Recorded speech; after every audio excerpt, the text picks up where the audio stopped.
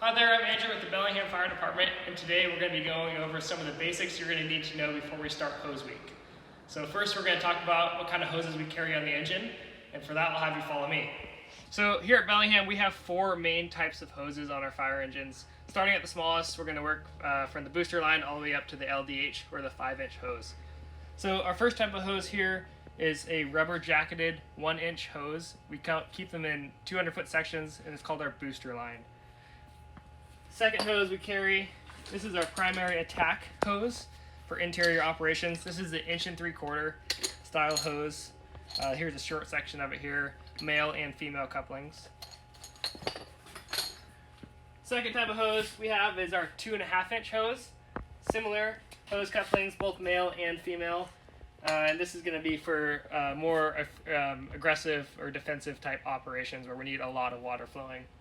And finally, our biggest hose we carry is our LDH, stands for large diameter hose, or 5-inch hose. And these couplings are called sexless couplings or Storz fittings.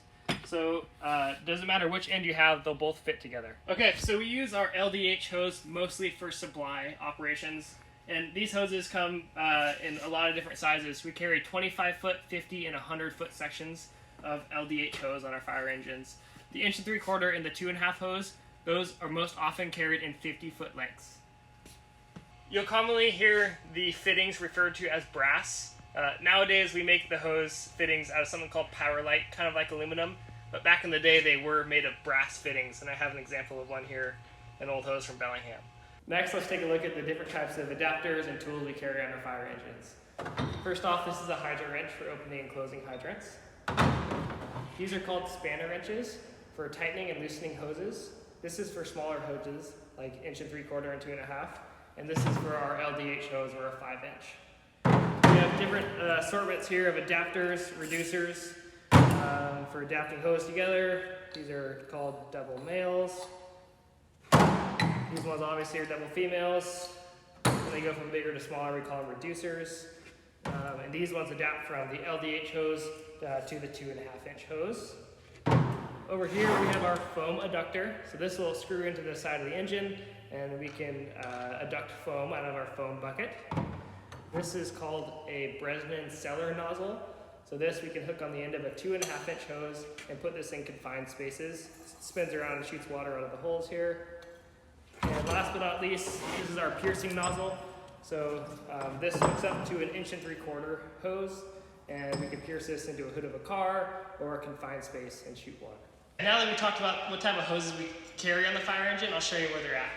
So these are called pre-connects because they are pre-connected into the fire engines. So as we go to stretch the hoses, there's no need to uncouple and couple to the fire engine. These are both 200 feet long, and they're 1 3/4. Over here, this is where we carry some what they're called pony rolls. They're both 5-inch. This is 25 feet, and this is 50 feet, and this is for the driver engineer. If we come around back here,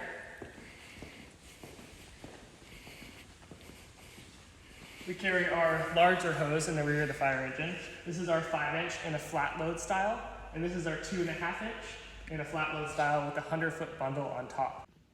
Talking about the 2.5 here, this is called a bulk load style. So there is a lot of hose up there, and it is not pre-connected into the engine. So the firefighter has the option to stretch a ton of hose or just a small amount of hose, and the driver will be able to unconnect the hose, and they can hook it back up to a discharge. So these are our two main types of nozzles we carry on our fire engines. This is a smoothbore nozzle. This is specifically for a 2.5-inch hose. It has a ball valve in the center, and it has a solid waterway. So there's nothing interrupting the water as it goes through, similar to a garden hose. This is a fog nozzle. This is for an 1 3/4. And this, unlike the smoothbore, you can change the pattern of the water as it goes through. So you can turn it to the right and turn it to the left. Right will make it a straight stream, left will make it a big fog. These nozzles are a little different, as these ones can unscrew and they can turn into effectively a smoothbore nozzle.